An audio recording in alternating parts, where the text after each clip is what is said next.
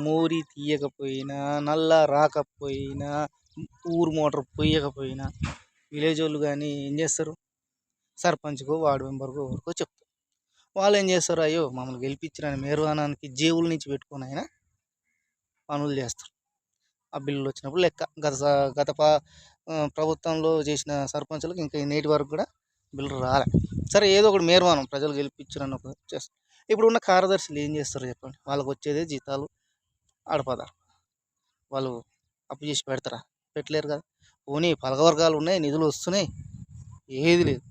ఇక మున్సిపాలిటీకి వస్తే కూడా గంతే ఉంటుంది. కౌన్సిలర్లు ఉంటారు, చైర్మన్, వైస్ చైర్మన్ వీళ్ళు కూడా ఉంటారు. కమిషనర్ ఏం చేస్తాడు?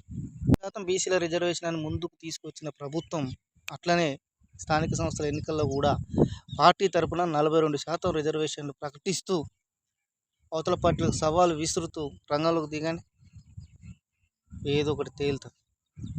మీరు చేస్తున్న కృషి బీసీలు అర్థం చేసుకుంటారు. కానీ ఇట్లా కాలయాపన చేయడం మూలంగా చాలా జాప్యం జరుగుతూ వస్తుంది. ప్రజాప్రతినిధులు లేకుండా ప్రజాపాలన ఎట్లా సాధ్యమవుతుంది చెప్పండి?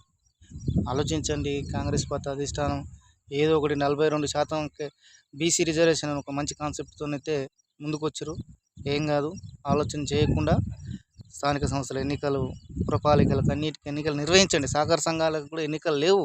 ఎన్నికలు నిర్వహిస్తే ప్రజాస్వామ్యబద్ధంగా మనం ముందుకు పోవాల్సిన అవసరం ఉంటుంది.